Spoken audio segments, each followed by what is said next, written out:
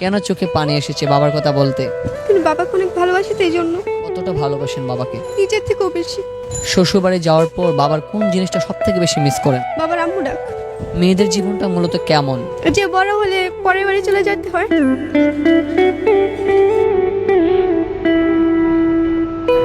আপনার চোখে জল কেন? বাবার জন্য। বাবা, আমি তোমাকে সত্যিই ভালোবাসি। মনের মধ্যে প্রশান্তি ফিল করছে? বলতে পারতেছি না, কেমন যেন লাগতেছে। কি বলার পরে আপনার চোখে জল আসছে? এই যে বাবাকে কখনো বলা হয়নি বাবা তোমাকে ভালোবাসি। বাবার চোখে মেয়েরা কেমন হয়? রাজকন্যার মতো। আসলে বাবার মতো কেউ আপনাকে ভালোবাসে? না না, বাবার মতো কেউ ভালোবাসতে পারে না। না, স্বামীও পারে না।